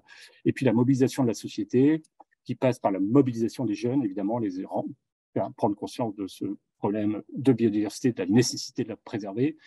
Et puis ça passe aussi par la mobilisation des territoires. Quand je dis des territoires, c'est les collectivités territoriales qui sont largement concernées par les sujets de biodiversité, hein, puisque la région est chef de file en matière environnementale. Et on crée des alliances, des établissements publics conjoints avec les régions, qu'on appelle les agences régionales de la biodiversité. Vous verrez peut-être ça dans votre région, qui sont un espèce de consortium, je ne sais pas comment dire, d'établissements publics communs, hein, pour être rigoureux, auquel on apporte des moyens, la région apporte des moyens, ils créent une petite équipe et ils font des actions de mobilisation au niveau de la région. C'est très puissant comme outil. Et puis, bien sûr, la mobilisation de la société dans son ensemble au travers d'un certain nombre de partenariats, notamment avec les grands aquariums, hein, qui nous permettent de passer des messages à des millions de visiteurs assez rapidement. Quelques exemples d'actions pour illustrer un peu mes propos sur le sujet de la connaissance, par exemple. Vous voyez, on fait des suivis d'oiseaux, de limicoles côtiers. On assure comme ça l'évaluation du bon état en essayant de regarder. Alors, on a une opération qui va commencer là dans quelques jours qui s'appelle Attention, on marche sur des œufs, hein, qui considère à mobiliser finalement tous les gestionnaires et naturalistes pour identifier et pour localiser les nids de gravelots, de limicoles, hein, des gravelots à collier interrompu, grands gravelots, etc., qui nichent sur les plages. Une opération propre à la plage. De la même façon, on fera la même chose sur les tortues, hein, qui viennent nicher de plus en plus sur les plages de Méditerranée, pour bien s'assurer que, un, on les a repérés, deux, s'assurer d'un point de vue scientifique qu'il y a succès de la reproduction avec en vol. Alors, pour les oiseaux, surtout, les tortues, c'est plus rampe plutôt, et puis éviter évidemment sensibiliser les promeneurs qui sont sur les plages pour éviter qu'ils piétinent, éviter les déambulations des chiens, par exemple, qui sont la grosse menace, hein, puisque à chaque fois qu'il y a chien, il y a envol des couples, souvent perte de la nichée. On fait beaucoup de surveillance par des survols aériens, hein, notamment des mammifères marins, hein, voilà, et puis vous voyez, sur cette photo, on met des sondes aussi, alors plus pour l'évaluation de l'effet du changement climatique, hein, sur les habitats d'hermelles, les récifs d'hermelles, pour voir un peu quelle est leur température, comment tout ça évolue. Ce sont des exemples, hein, bien sûr, il y a plein d'autres choses. En matière de R&D, en matière de recherche et développement, on fait aussi beaucoup de choses. Alors, cette opération qui s'appelle OPSCAM consiste à mettre des caméras à bord des navires de pêche, hein, pour essayer de mieux comprendre l'interaction, c'est-à-dire la capture de dauphins par les fileyeurs dans le golfe de Gascogne, pour essayer de trouver justement la parade, c'est-à-dire pour essayer de comprendre dans un premier temps, alors c'est un projet de recherche qu'on mène avec l'IFRAMER qui s'appelle Delmoge, essayer de comprendre finalement les patterns, comme disent les scientifiques, c'est-à-dire les conditions finalement de la capture. Est-ce que c'est la nuit? Est-ce que c'est le lourd? Est-ce que c'est des filets à sol? Est-ce que c'est des filets à merlu? Est-ce que c'est des... Voilà, pour essayer de comprendre pourquoi finalement il y a des captures accidentelles, dans quelles conditions elles se produisent. Et une fois qu'on aura compris via des caméras, on aura fait une bonne partie du chemin, hein, et peut-être même trouver des solutions pour essayer d'éviter ces captures. Par exemple, des systèmes de filage des filets sous la coque, associés à des pingers qui permettent des répulsifs qui permettent d'éloigner provisoirement au moment du filage, par exemple, du filet, les animaux. Voilà, c'est des solutions techniques qu'on essaie de promouvoir, évidemment, avec ces caméras. Dans le plan cétacé, hein, il y a une centaine de bateaux qui seront équipés de caméras et de répulsifs, et qui nous permettra de mieux comprendre, j'espère, ces captures et rendre finalement les filets plus visibles pour les mammifères. Vous savez que les mammifères se localisent par des sondes, par de l'acoustique, hein, par des émissions de son, essayer d'accentuer finalement la signature acoustique des filets pour éviter qu'ils se prennent dedans. Des images aériennes, bien sûr. Alors là, on est plutôt dans l'observation de la pression, hein. Donc, alors, quand je parle de pression, c'est de l'activité, parce que bien souvent, on est encore assez loin d'avoir une idée précise. C'est pas à Christian et à eux que je vais apprendre ça, hein, de l'activité humaine, finalement. On a des systèmes, par exemple, sur la pêche de loisirs ou la plaisance, on a du mal à avoir une bonne connaissance, finalement, des choses, parce que on est encore dans un système, heureusement, assez libre, hein, et donc voilà, c'est parfois assez compliqué de savoir quel est l'impact de telle ou telle activité. Et puis, oui, des calculs de panache aussi. On travaille aussi, on est en train de passer une convention avec le CNES pour essayer d'utiliser au mieux les données satellites, hein, pour, notamment les blooms phytoplanctoniques, pour essayer là aussi de comprendre pourquoi à tel moment de l'année, il y a plus de dauphins ou plus de grands mammifères. Souvent, c'est évidemment lié à la chaîne trophique. En matière d'expertise, on rend vous voyez, des référentiels, hein. Je vous invite d'ailleurs à aller sur le site de l'OFB, vous les verrez, hein, sur un certain nombre voilà, l'eutrophisation, le plastique, pour permettre aux professionnels, c'est assez technique, hein, pour permettre aux professionnels. Ce matin, j'étais avec le comité national de la branchiculture pour essayer de caractériser bien les interactions entre l'activité conchilicole et les herbiers, en particulier les herbiers de zoster en Bretagne. Est-ce qu'on peut y mettre ou pas des tables? Est-ce que ça a un effet, l'ombrage a un effet ou pas sur le développement des herbiers, etc. Donc ça, c'est des éléments finalement qui permettent, des guides, hein, et des référentiels qui permettent aux professionnels justement derrière de prendre les bonnes mesures ou de s'adapter en tout cas à leur environnement. Projet éolien, l'OFB a été chargé par le Premier ministre Jean Castex il y a 2 ans d'animer un observatoire national des éoliennes en mer, puisque vous savez, l'objectif du gouvernement, évidemment, c'est pour la neutralité carbone, hein, c'est d'arriver à multiplier, enfin à modifier un peu le mix énergétique évidemment avec plus d'énergie renouvelable. Et donc, un objectif annoncé par le président de la République l'année dernière à Belfort de 40 gigawatts d'éolien, que ce soit posé ou flottant, dans nos espaces marins. Donc, un enjeu fort de connaissance, puisque pour positionner ces éoliennes, hein, il faut qu'on arrive à les positionner aux meilleurs endroits, pas simplement aux meilleurs endroits parce qu'il y a du vent, mais aussi aux meilleurs endroits parce que finalement, ça a moins d'impact à la fois sur l'activité humaine, hein, la pêche ou d'autres activités comme le transport maritime. Évidemment, on n'imaginerait pas un champ d'éoliennes au milieu d'un couloir de navigation, et évidemment aussi moins d'impact pour la biodiversité dans la mesure du possible, hein, c'est-à-dire éviter les couloirs migrateurs d'oiseaux. Et finalement, on s'est rendu compte, y compris à l'OFB, qu'on avait assez peu de connaissances, hein, sur ces interactions entre, forcément, puisqu'il n'y en avait pas des éoliennes et qu'on n'avait pas anticipé, j'ose le dire, forcément. Et donc, on est en train de recueillir, dans le cadre de cet observatoire, beaucoup en allant voir de confrères à l'étranger, hein, en particulier en Écosse, et puis au Danemark et en Allemagne, d'essayer de faire des retours d'expérience de leur côté, puisqu'on a une habitude beaucoup plus grande, et essayer là aussi toujours dans la même logique, hein, d'essayer avec les industriels, hein, d'essayer de faire en sorte que leurs machines soient gérées derrière, alors soit le mieux localisées possible, et soient gérées pour éviter les impacts dès lors qu'on les connaîtrait un peu mieux. Les zones de protection fortes, alors vous comprenez bien que ce n'est pas l'OFB qui crée des zones de protection fortes, ce n'est pas l'OFB qui crée des aires marines protégées, hein, c'est l'OFB qui conseille et qui apporte la matière et l'expertise pour le gouvernement, et c'est bien le gouvernement ou des collectivités quand c'est des réserves régionales, mais qui mettent en œuvre derrière ces aires marines protégées. Mais là aussi, c'est une question de mobilisation de données, c'est-à-dire qu'on est dans une logique où les aires marines protégées, c'est une logique peut-être un peu dépassée, mais où on est toujours il y a 2 logiques en fait. Il y a la logique de protection de la biodiversité remarquable. Là, il y a quelque chose de remarquable, il y a quelque chose d'extraordinaire, il y a quelque chose un patrimoine en quelque sorte qui nécessite une protection, parce que si on la perdait, ça serait un drame en quelque sorte. Et puis, une deuxième logique qui s'additionne avec ça, c'est la logique de réseau, c'est-à-dire qu'il faut que, comme je vous l'ai dit tout à l'heure, et ça c'est largement lié aux contraintes liées au changement climatique, hein, essayer de créer des trames. Christian, ça te rappelle quelque chose, hein, des trames vertes et bleues, des trames bleues, qui permettent de relier finalement l'ensemble de ces zones protégées pour que les animaux, les végétaux aussi, puissent trouver des échappatoires, en quelque sorte, puissent en tout cas trouver des espaces d'adaptation. Voilà comment j'appellerais ça. J'accélère un peu. La surveillance,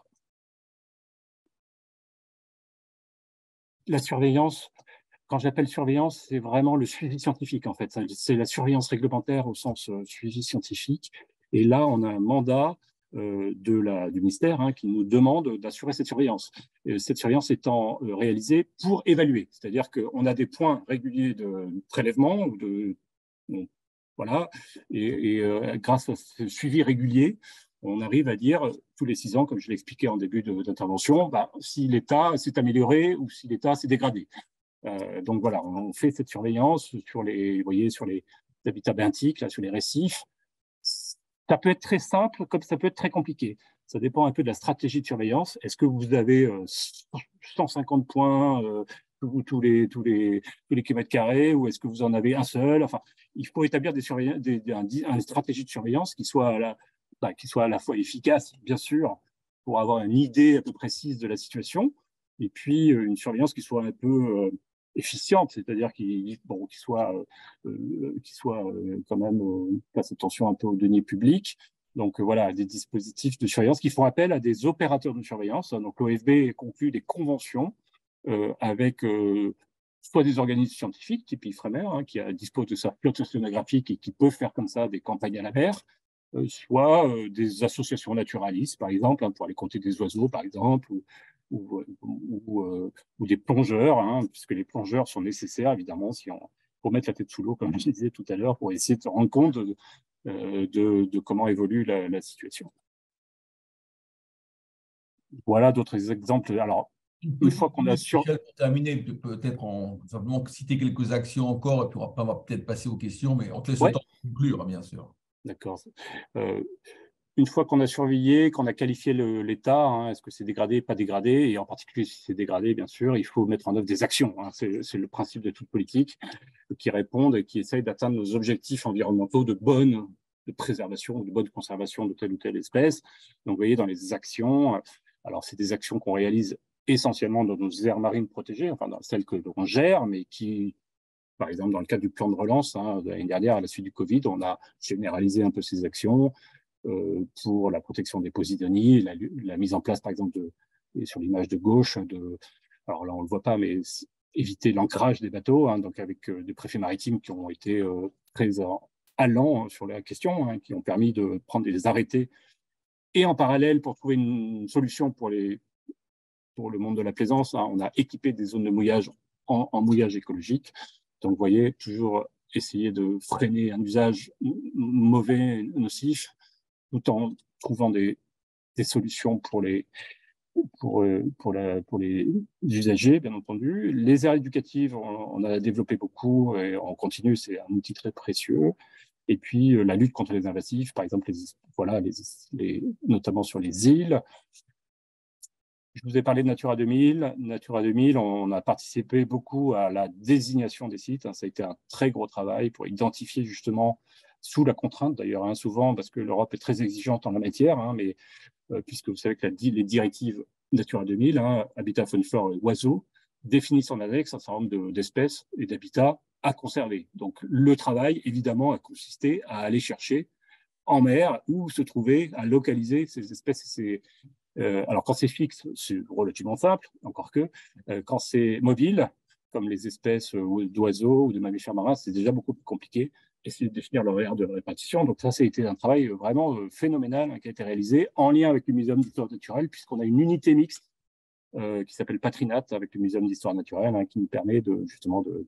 Et puis, comme je vous en ai dit tout à l'heure, la rédaction des objectifs, des documents d'objectifs, et puis quelques opérations quand même vous voyez, de nettoyage, 20 000 pneus sous les mers, qui ont été réalisés dans le cadre de Natura 2000.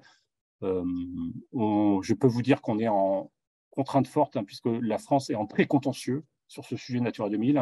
L'Union européenne estime qu'on ne va pas assez vite, en particulier dans ce qu'on appelle les analyses risque-pêche, que vous avez sur cette diapo, c'est-à-dire, retenez que pour Natura 2000, le régime juridique c'est si vous voulez faire une activité soumise à autorisation dans une aire marine protégée classée Natura 2000, vous devez être autorisé et vous devez avoir démontré que vous n'avez pas d'incidence et que votre activité ne va pas dégrader l'objectif de conservation, par exemple de la posidonie ou du dauphin.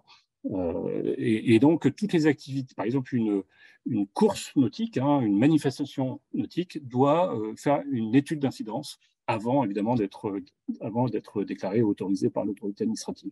Pour la pêche, il y a un régime d'exception, parce qu'évidemment, on ne pouvait pas soumettre à autorisation toutes les sorties des bateaux de pêche, ça aurait été évidemment très compliqué. Donc, il y a des analyses risque pêche qui sont faites de manière globale, hein, qui concernent l'ensemble de la flotte. Et donc, ces analyses sont en cours. Et vous voyez d'ailleurs que la décision de la Commission de dire on interdit le chalutage dans toutes les aires marines protégées vient un peu en contresens en fait, de ces analyses risque pêche qui sont menées avec les professionnels en bonne intelligence avec l'OFB. Voilà. Allez, Michel, un petit mot pour conclure. Allez, un petit mot pour Reprenons conclure. tout. Ben, les Il y a parcs des questions marins, pour dire là-dessus. les parcs marins, c'est super. On fait beaucoup de choses. Peut-être, oui, Natura 2000, je vous en ai parlé. Des missions de police, je vous en ai parlé, c'est très important. La mise en œuvre, évidemment, de nos décisions. La mobilisation, je vous en ai parlé.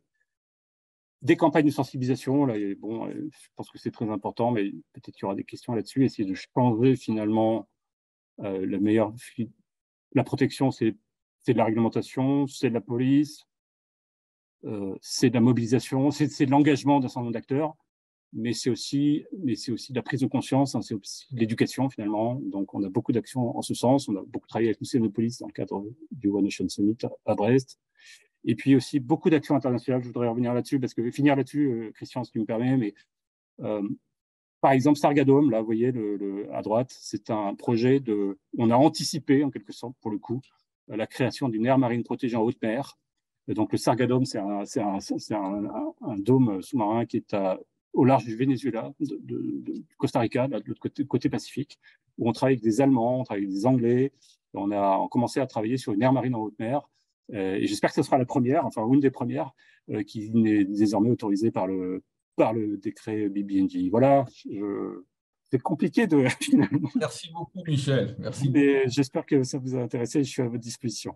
Merci infiniment. Bon, souvent, on est pessimiste, mais quand on voit tout le travail qui a été accompli depuis 10 ans, hein, lorsqu'on avait fait des bilans, etc., lors du Grenelle de la mer, on avait développé des caps, et on voit que 10 ans après, quand même, ça a beaucoup évolué. Tu as évoqué le cas des aires marines protégées. On voit la diversité. Donc, on peut aussi garder un certain optimisme sur la capacité de l'humain à faire des choses. Aujourd'hui, il se fait beaucoup de choses. Alors après, peut-être nous parleras-tu de savoir, bon, faire des aires marines protégées, c'est bien. Faut-il aussi se donner des moyens de surveillance? Après, tu nous diras peut-être si on est en adéquation entre ce que l'on fait et les capacités de surveillance. Mais je ne voudrais pas bloquer. Tout de suite, nous allons passer aux questions. Tu as évoqué les dauphins tout à l'heure. Beaucoup de nos auditeurs nous disent, on voit de plus en plus de dauphins. Est-ce que ça a une signification particulière? Je navigue en Bretagne Sud depuis 50 ans, le nombre de dauphins a augmenté très significativement. On en voyait très rarement. Maintenant, systématiquement en baie d'Audière, donc entre Groix et Belle-Île. Voilà. Une vraie modification tangible. A-t-on une idée de sa signification? A-t-on une idée de sa signification? Ça, c'est sûr que ça veut dire qu'il y a une répartition qui évolue. Hein, la population change d'air. Et c'est probablement, mais on a encore du mal à le démontrer, hein, c'est probablement lié à des effets du changement climatique déjà. Hein, c'est-à-dire que, évidemment, le dauphin suit un peu ses proies et on voit que. Et alors, ce qu'on observe aujourd'hui, c'est par exemple que le dauphin, on ne sait pas l'expliquer, hein, mais le dauphin commun, en tout cas, se rapproche des côtes. Alors que précédemment, il était plutôt sur les tombants du plateau, donc plutôt aux confins de notre ZE, hein, quand le plateau continental tombe sur le talus et s'enfonce dans l'océan. Donc les habitats de dauphins étaient plutôt là. Maintenant, ils se rapprochent de la côte sans qu'on sache vraiment trop pourquoi. Bon, on est en train de faire des études assez approfondies avec l'ENSTA Bretagne, l'école des techniques avancées, d'ingénieurs, d'acoustique, justement, pour essayer de comprendre pour quelles raisons les dauphins se rapprochent des côtes. Est-ce qu'ils sont. Vous avez vu aussi que les années passées, hein, on a, et pas plus tard que cet été, on a eu des divagations de grands mammifères marins, hein, le beluga dans la Seine. On a trouvé, il y a eu même une baleine à bosse, un baleineau qui vient. Il y a quelques semaines, là, qui est rentré dans la Rance, qui est quand même assez incroyable, qui a profité d'une ouverture du barrage pour rentrer dans la Rance. Il devait être un peu curieux. Bon, voilà, on voit qu'il y a des choses qui se passent, mais en toute honnêteté, j'aurais bien du mal à vous l'expliquer. Pas d'hypothèse qui commence à poindre. Toujours celle du changement climatique quand même, parce qu'on on sait bien que tout ça, c'est lié quand même à la chaîne trophique, hein, donc la courantologie, la dispersion des du phytoplancton et du zooplancton derrière, et tout ça, évidemment, est en cours de modification. Mais ce qu'il faut bien comprendre, c'est que ce n'est pas parce qu'on voit plus de dauphins qu'il n'est pas nécessairement en menace, en situation de menace. Hein. Les analyses qu'on fait de surveillance dont je vous ai parlé, l'année dernière, on a lancé, sont menées à l'échelle européenne, hein, donc y compris avec des Écossais, avec des Irlandais. On fait une analyse, et en particulier des vols aériens, hein, de comptage à l'échelle de l'aire de répartition globale de l'animal. Et pour essayer justement d'avoir une vision à peu près exhaustive de la situation. Et on voit, pour ces mammifères marins qui ont un rythme, un cycle de vie qui est assez long, hein, une maturité sexuelle assez longue, etc. On voit que les prélèvements, en tout cas ça c'est les scientifiques qui nous le disent, hein, en particulier dans le cadre du comité interministériel d'exploitation de mer, là, le CIEM, qui nous disent que la mortalité actuelle, hein, de dauphins est trop importante, là aussi, pour assurer le renouvellement de l'espèce. C'est-à-dire qu'on sait qu'en 2050, si on continue sur ces tendances, on aura une difficulté de conservation du dauphin. Voilà, Donc, plus de dauphins ne veut pas dire qu'ils se portent mieux non plus. Effectivement, il y a quand même ce paramètre. Une autre question de Michel et Didier. Peut-on concilier et réconcilier pêcheurs et éoliennes en mer? C'est un vaste sujet, donc une réponse courte, il y a beaucoup de questions et je suis content parce qu'il y a pas mal d'étudiants qui sont là. Tu leur diras d'ailleurs si tu as quelques conseils à leur donner sur un engagement qui est toujours très important. Peut-on concilier et réconcilier pêcheurs et éoliennes en mer? Oh, moi, je suis toujours assez optimiste, mais d'abord parce que, alors c'est en cours de construction, mais le régime de pêche à l'intérieur des champs d'éoliennes n'est pas encore tout à fait clair. Ah, bon, c'est sûr qu'en fonction de la technologie employée, si c'est des éoliennes flottantes en particulier, il y a des câbles, etc. C'est plus compliqué de faire intervenir des arts traînants, des chaluts, des dragues, etc. Mais on peut imaginer d'autres types de pêche. Donc, de ce point de vue-là, il faut un peu regarder quand même quel sera le régime de pêche. Ça peut créer aussi des opportunités. Hein, voilà. Après, il y a la question de l'effet, c'est-à-dire de l'impact des éoliennes sur la ressource. Est-ce que, par exemple, le bruit va entraîner un problème pour la coquille Saint-Jacques? Donc là, il y a eu des recherches de l'IFREMER qui ont démontré que ce n'était pas un sujet. Par exemple, là, je pense qu'en répondant systématiquement, enfin, de manière la plus exhaustive possible à ces questions d'impact, on va pouvoir réconcilier, enfin essayer de réconcilier les éoliennes et les pêcheurs. Après, il y a le sujet quand même de la planification, hein, où on met les éoliennes, j'en ai parlé un peu tout à l'heure, hein, et là, bah, tout un chacun sera concerné, puisqu'un grand débat va s'ouvrir sur le sujet à l'automne, hein, sur les zones propices à l'éolien, dans le cadre de la planification maritime. Hein, et donc, les Français seront interrogés sur les sites qui leur semblent le plus propices. Et en creux, alors, il s'agit de mettre 40 gigawatts en mer, ça correspond à peu près 6000 km².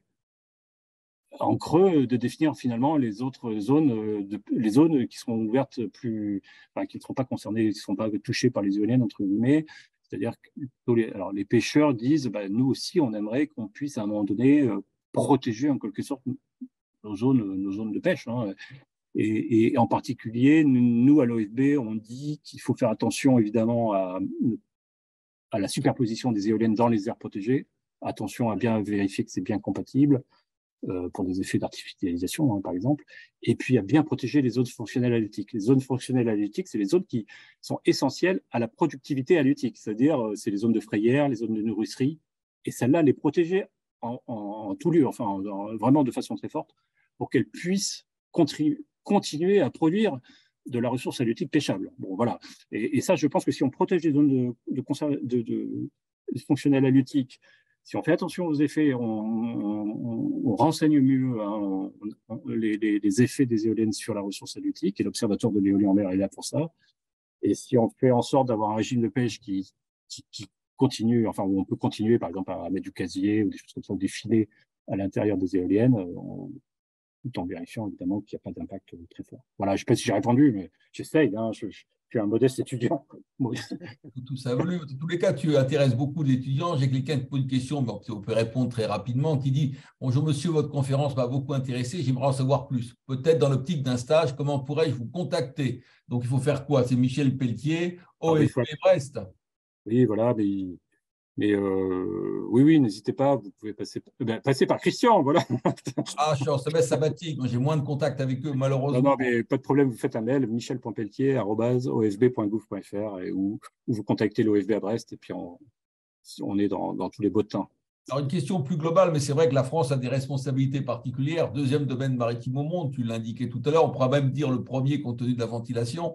Et donc, dans cette perspective, et le Gulf Stream, est-ce que vous le surveillez? Ou quand tu auras une petite minute encore de disponible? Alors nous, l'OFB, on ne le surveille pas, hein, mais d'autres le surveillent, hein, Mercator, enfin, est plus au fait que moi sur le sujet, mais nous, on est vraiment sur, et mais c'est sans doute ça qu'il faut réconcilier, entre guillemets, enfin réconcilier, pour rapprocher, c'est-à-dire la recherche en milieu de l'océanographie physique, en quelque sorte, hein, et ça, vous savez qu'il y a il y a une grande campagne de recherche en cours dans le cadre d'une mission Horizon, des grandes missions de recherche soutenues par l'Europe, hein, qui consiste à créer un jumeau numérique de l'océan, c'est-à-dire essayer de modéliser finalement l'océan pour pouvoir modéliser ensuite les évolutions. Et là, les évolutions sont très nettes liées au changement climatique. Hein. Et il faut arriver à coupler ça avec la partie biodiversité, c'est-à-dire mettre du vivant dans la géophysique, ce qui est pas du tout simple. Hein. Modéliser une évolution du vivant, aujourd'hui, personne ne le fait vraiment. Et c'est peut-être l'enjeu majeur des quelques années, des années à venir. Mais d'autres instituts comme l'IFREMER réalisent ces suivis, hein, bien sûr. Merci. Une question de Pauline Parmentier. Bonsoir, merci pour cette présentation passionnante. N'est-il pas illusoire d'envisager la possibilité de concilier activité de pêche industrielle et politique de gestion durable des océans? Question de fond. Oui, c'est une très bonne question parce que il y a un organisme qui fait référence, hein, en matière.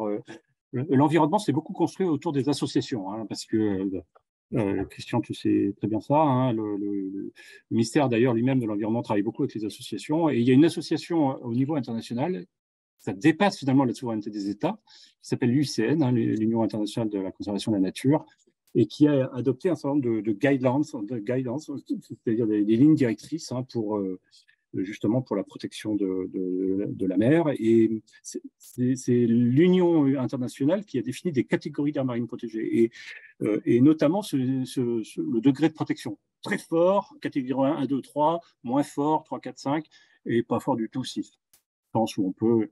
Mais globalement, ce que dit l'UICN, c'est que recommande, oui, ou exige, enfin, ça dépend comment on le voit, mais que dans les aires marines protégées, il n'y ait pas d'activité industrielle. Y compris des activités de pêche. Alors la question, évidemment qui se pose, c'est qu'est-ce qu'une activité de pêche industrielle? Et alors l'UICN a défini une activité de pêche industrielle comme étant celle exercée par un navire supérieur à 12 mètres, d'une longueur supérieure à 12 mètres, d'une largeur supérieure à 6 mètres, assez large, et qui pêche au moins 50 kg par jour. Bon. Globalement, vous voyez que ça embrasse assez large. Et la France, de ce point de vue-là, alors même est un peu en opposition par rapport à cette définition, hein, c'est-à-dire que la définition de la pêche industrielle française, c'est pas tout à fait ça, c'est celle qui n'est pas possédée par son patron. C'est à contrario la pêche artisanale étant celle qui est le patron pêcheur et propriétaire de son bateau. C'est un artisan, quoi, au sens où il est propriétaire de son outil de travail.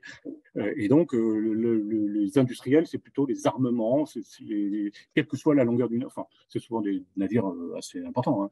Bon, voilà. Mais c'est vrai que la logique voudrait, je suis assez d'accord avec ça, à titre personnel, hein, que dans les aires marines protégées, on puisse réguler l'activité de pêche industrielle, sachant qu'on peut voir un peu les choses.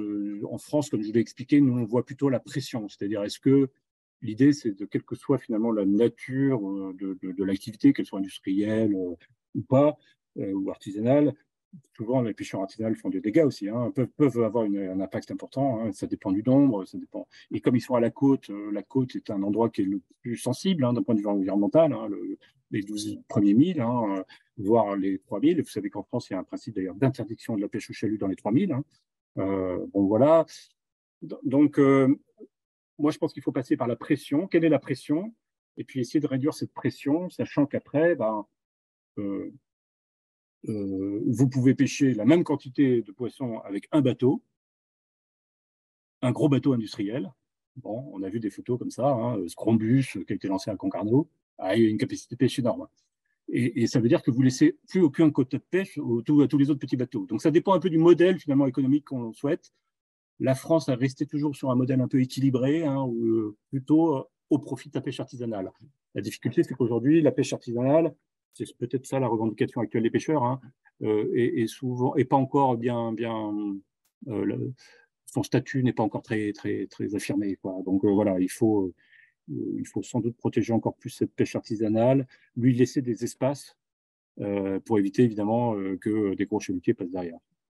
Mais c'est une question complexe. Peut-être une dernière question, et je demande aux différents auditeurs de m'excuser parce qu'on ne peut pas passer toutes les questions, il y en a beaucoup. Bon, je passe ces remerciements qui, je dirais, entament chaque question. Une question d'un jeune: quelles actions concrètes proposez-vous à notre échelle afin de réduire l'impact de l'homme sur la biodiversité marine? Et plus globalement, qu'est-ce que tu préconiserais à des étudiants qui sont très mobilisés autour de ces questions pour pouvoir d'une manière concrète agir, au-delà de la seule information? Oui, j'ai ce que tu viens de dire, Christian, évidemment, c'est qu'il faut sans doute en parler, se renseigner, s'informer. Ça, c'est très important. Il y a des sujets qui sont liés au changement climatique, j'insiste là-dessus, mais si on peut vraiment individuellement faire des efforts en termes de production de CO2, ça c'est vraiment très, très important, hein, de l'intégrer, parce que finalement, c'est notre meilleure contribution quand on est terrestre, on habite une grande ville, un peu loin de la mer. Voilà, ça c'est très important. Et puis, c'est pas si simple, hein, comme question. Et puis, c'est une bonne question. Il faudra qu'on y réfléchisse. On va mettre en place un système où on puisse, d'ailleurs, on le fait avec les professionnels, hein, mais c'est un débat qu'on a eu interne à l'OFB, c'est comment finalement intéresser le grand public, enfin les Français, à ces questions de biodiversité. Moi, je pense que les sujets de la plage, c'est un bon espace. J'en ai parlé un peu tout à l'heure avec l'opération On marche sur des œufs, mais reconnaître qu'une plage est un espace vivant, où il y a des habitants, il y a des non-humains, des animaux, des végétaux, et ça, vous le savez, il y a, alors, Christian le sait très bien, mais on a un impact tous assez fort, hein, quand on va à la plage, quand on pratique des activités. Il y a énormément d'activités. Ça, c'est un truc qui a explosé, hein, en 30 ans. Hein, c'est les sports nautiques, la pratique, la démo. Enfin voilà, et c'est tant mieux. Mais de ce fait, on a un impact très fort finalement sur le dérangement. Donc, je vous en conseille à aller vraiment vous renseigner quand vous faites une pratique nautique, et c'est tant mieux, et ça contribue à développer une culture, et je pense qu'en allant en mer, on aime la mer, et on ne peut que derrière essayer de la protéger. Donc, il faut inciter les Français à aller à la mer, inciter les Français à se renseigner. Ce que je disais, essayez, renseignez-vous à chaque fois. On développe des applications, des sites internet comme C'est mon spot, l'Avenco, qui vous permettent d'avoir des informations sur attention, que faire, c'est la saison de quel type de bestiole, comment vous approcher des mammifères marins, surtout ne vous approchez pas trop, comment approcher une île quand vous êtes en navigation, le mouillage, très important. Essayer de réduire cet impact du mouillage, parce qu'une posidonie pousse quelques millimètres par an. Donc, vous voyez, si vous l'arrachez, vous perdez peut-être des dizaines d'années en un coup de gain d'eau. Donc, bon, voilà, il y a plein de choses à faire. Mais quand vous êtes à terre, alors après, il y a un peu quand même, hein, j'y viens, mais un peu de sobriété. C'est-à-dire que renseignez-vous sur le poisson que vous mangez, d'où il vient. Est-ce que c'est la saison? Et puis, je pense qu'il faut quand même un peu réduire sa consommation. C'est un peu comme la consommation de viande. Hein. Le premier effort à faire, tous collectivement, c'est de réduire, évidemment, en tout cas, faire attention à la viande qu'on mange, s'assurer qu'elle est produite dans de bonnes conditions.